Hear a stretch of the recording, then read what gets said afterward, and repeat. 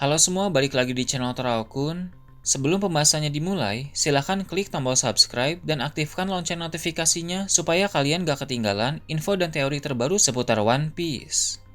Buat kalian yang mau informasi tambahan soal SBS atau databook, kalian bisa follow Instagram Teraokun. Di sana admin akan memposting soal SBS, databook, dan berbagai teori singkat. Sekarang lanjut ke pembahasan.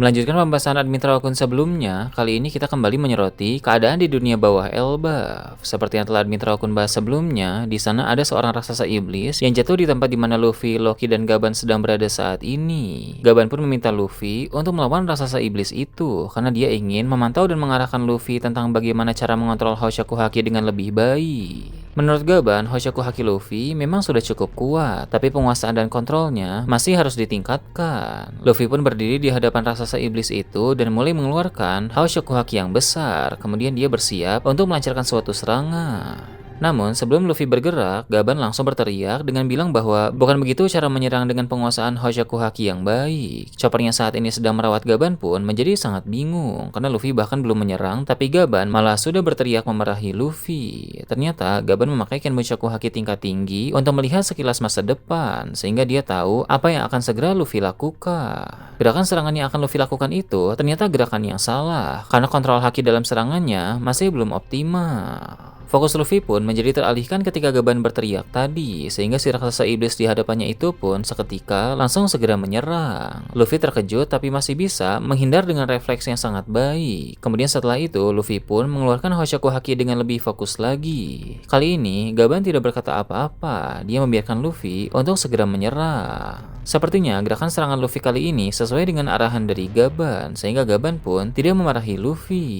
Si topi jerami itu pun segera melancarkan serangan kepada raksasa iblis tersebut. Raksasa itu pun terpental dan juga terluka, tapi masih belum kalah karena Luffy memang tidak melancarkan serangan yang terlalu kuat. Luffy memang harus bertarung dengan sangat hati-hati karena dia tidak boleh membuat raksasa iblis itu kehilangan nyawa. Sebab sejatinya raksasa iblis itu adalah salah satu kru bajak laut Giant Warrior yang dipengaruhi oleh kekuatan Im Sama. Jadi Luffy harus mengalahkannya tanpa perlu menghabisinya. Luffy pun bertanya kepada Gaban bagaimana dengan serangan yang barusan. Apakah kontrolnya terhadap Hoshoku Haki sudah bagus atau belum? Gaban pun menjawab dengan bilang itu tadi sudah cukup bagus, tapi masih perlu untuk ditingkatkan lagi. Barusan Gaban masih bisa merasakan bahwa banyak energi Haki milik Luffy yang menyebar di udara, tidak terfokus pada serangan itu. Jadi sebenarnya kuantitas Haki yang dimiliki oleh Luffy itu sangat banyak. Hanya saja terkadang Luffy tidak dapat mengontrol penggunaan Hakinya sehingga banyak Haki yang terbuang di udara dan menjadi sia-sia. Karena itulah Luffy seringkali kelelahan dan butuh makanan di tengah pertarungan. Tapi, jika nanti Luffy sudah berhasil menerapkan metode yang Gaban ajarkan, Luffy tak akan gampang kelelahan lagi, karena tidak akan ada haki yang terbuang lagi di udara dan semuanya terpakai dengan baik. Itulah mengapa ketika kita melihat Shanks, dia tidak pernah kelelahan meski menggunakan haki dalam jumlah yang banyak. Salah satu contohnya adalah ketika dia menyerang Ryokugyu dari jarak jauh dengan Hoshoku Haki. Meski menggunakan haki dari jarak jauh dengan jumlah sebanyak itu, Shanks tampak biasa saja dan tidak kelelahan sama sekali, karena memang dia menerapkan metode seperti yang Gaban ajarkan ini. Saat Shanks mengalahkan Kid juga, dia menggunakan Kenbushoku Haki tingkat tinggi dan juga tebasan Kamushari dengan Hoshoku Haki yang sangat besar, tapi dia tidak kelelahan sama sekali dan masih bisa berjalan santai setelah mengalahkan Kid. Itu karena memang penggunaan haki Shanks sudah sangat optimal, sehingga tidak ada haki yang terbuang percuma dan semua serangannya sangat efektif untuk menyerang para musuh. Kembali menyoroti latihan Luffy, raksasa iblis yang diserang tadi pun mulai bangkit kembali, sehingga ada kesempatan lagi bagi Luffy untuk mencoba serangannya lagi. Saat memantau Luffy, Gaban akan teringat momen-momen latihan haki bersama dengan Shanks saat masih kecil dulu. Kilas balik pun muncul dan memperlihatkan Roger, Rayleigh, dan Gaban berbicara dengan Shanks tentang Hoshoku Haki. Momen ini sepertinya terjadi beberapa saat setelah Shanks membangkitkan Hoshoku Hakinya secara tidak sengaja.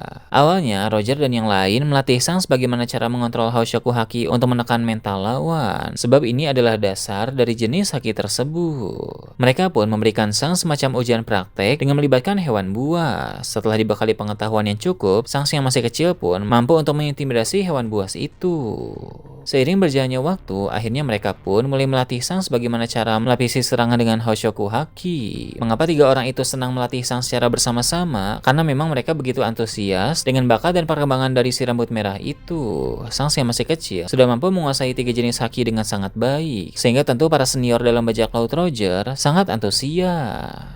Ada momen juga di mana mereka membiarkan Shanks bertarung melawan musuh yang cukup kuat. Walau Shanks memang sangat kerepotan dalam pertarungan itu karena dia masih kecil, tapi Hoshoku Hakinya mengalami perkembangan dalam situasi yang sulit seperti ini, sehingga akhirnya Shanks pun mampu menang melawan orang itu.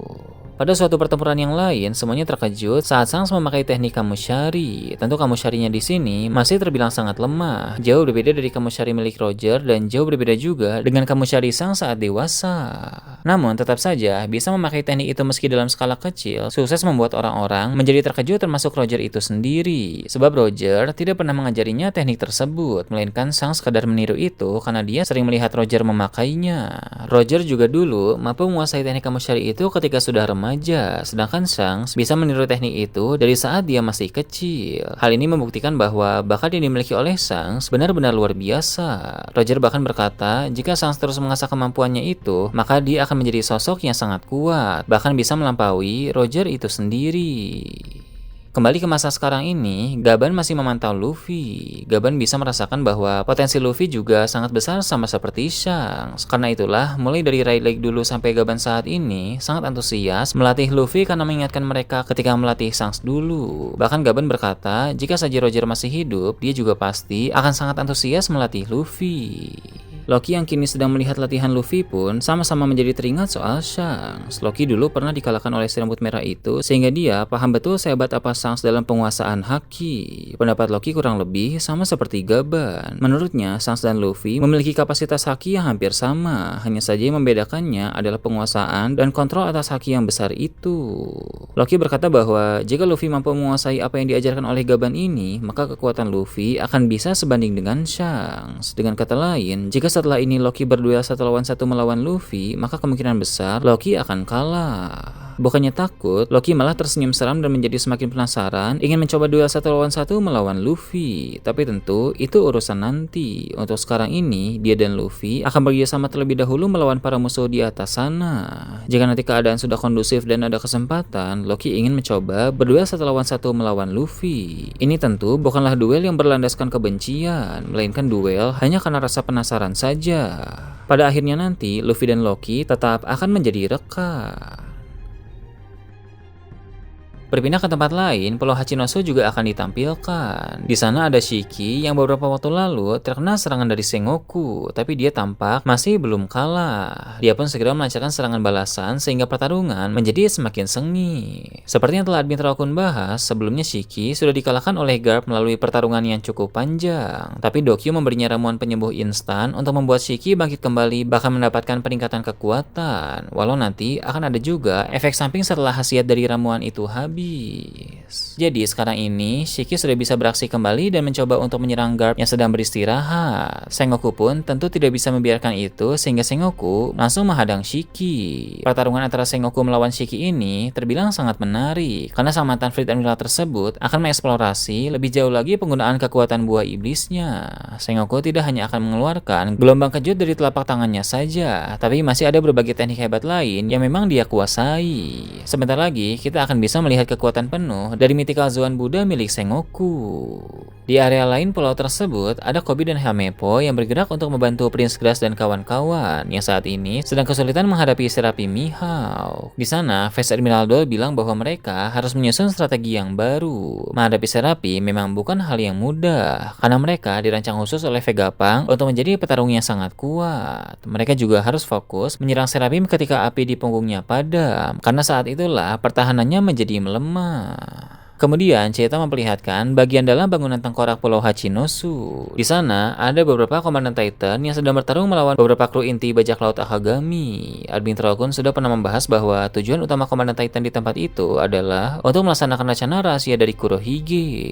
Tapi, para kru inti Sangs menghalangi jalan mereka di sana, sehingga rencana rahasia tersebut pun belum bisa dilaksanakan sampai saat ini. Namun sekarang ini, Van Augur muncul di tempat itu, karena dia bisa melihat sedang terjadi pertarungan menarik di dalam sana. Lakiru pun terkejut ketika melihat Van Augur karena Lakiru tahu bahwa dia memiliki kekuatan teleportasi.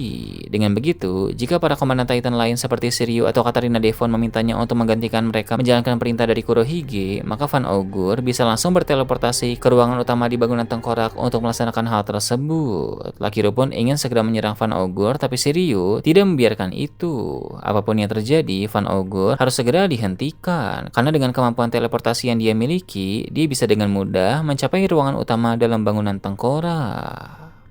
Berpindah ke tempat lain, Pulau Karibari akan mendapat sorotan. Pertempuran di sana yang melibatkan Cross Guild dan banyak kelompok lain melawan Angkatan Laut masih terus berlangsung. Saat ini, Fujitora sedang melawan 4 orang sekaligus, yang terdiri dari Crocodile, kemudian anak buah terkuat Dragpeklo, dan juga ada 2 kru terkuat dari Kaisar Dunia Bawah bernama Giberson. Walau saat ini Fujitora kalah jumlah, tapi sang admiral itu tetap mampu mendominasi. Dia telah berhasil mengalahkan salah satu kru terkuat Giberson. Tak lama berselang, Seraphim Crocodile juga muncul di tempat itu. Krokodil yang asli pun tidak bisa fokus menghadapi Fujitora, sehingga dia pun harus bertarung melawan Seraphim itu terlebih dahulu.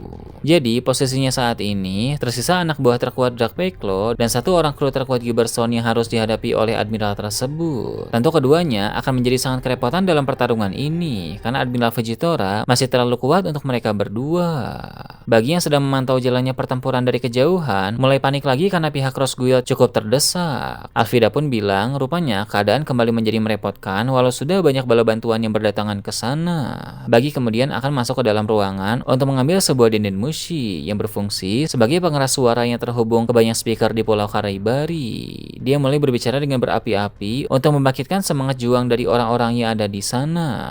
Untuk para bawahan Cross Guild yang sangat memuja Bagi, mereka terpengaruh oleh kata-kata Bagi sehingga mereka pun menjadi bersemangat untuk bertarung dengan maksimal. Bahkan ada beberapa dari mereka yang sudah kalah berusaha untuk bangkit kembali. Di sini lagi-lagi Bagi melakukan hal yang berguna walau dia sendiri masih belum ikut bertaruh. Setelah itu, cerita akan memperlihatkan pulau tak berpenghuni yang jauh dari sana. Di pulau tersebut ada Morgans, Swapol, dan Vivi yang sedang bersembunyi. Balon udara Morgans pun diparkir di tempat itu agar tidak menarik perhatian dari banyak orang. Morgans sangat cemas karena tahu bahwa dia diburu oleh seorang ksatria suci. Morgans juga sudah memanggil pasukan dari kenalannya untuk memberi perlindungan di pulau tersebut. Tak lama setelah itu, datang agen-agen Cyberpol yang bertugas memeriksa pulau-pulau tak berpenghuni yang mencurigakan. Untung saja yang datang hanya agen Cyberpol biasa, bukan agen CP0 dan bukan juga ksatria suci itu sendiri. Para pasukan yang melindungi Morgans pun langsung menyerang mereka, tapi ketika pertarungan berlangsung, salah satu agen Cyberpol langsung menghubungi seorang ksatria suci untuk bilang lokasi Morgans dan Vivi sudah ditemukan sekarang ini. Memang masih belum diketahui seberapa jauh atau dekat ksatria suci itu dari pulau tempat mereka berada sekarang ini, tapi yang jelas keadaan akan menjadi semakin menarik dan juga menegangkan mulai dari sini, karena yang harus dihadapi oleh Morgans dan kawan-kawan adalah seorang ksatria suci. Nah, itu tadi berbagai hal menarik pada pembahasan channel Trollkun kali ini. Gimana menurut kalian? Silahkan tulis di kolom komentar di bawah. Oke, segitu aja untuk pembahasan kali ini. Jangan lupa like, share, dan subscribe untuk video menarik selanjutnya. Gue Trollkun, Shambles.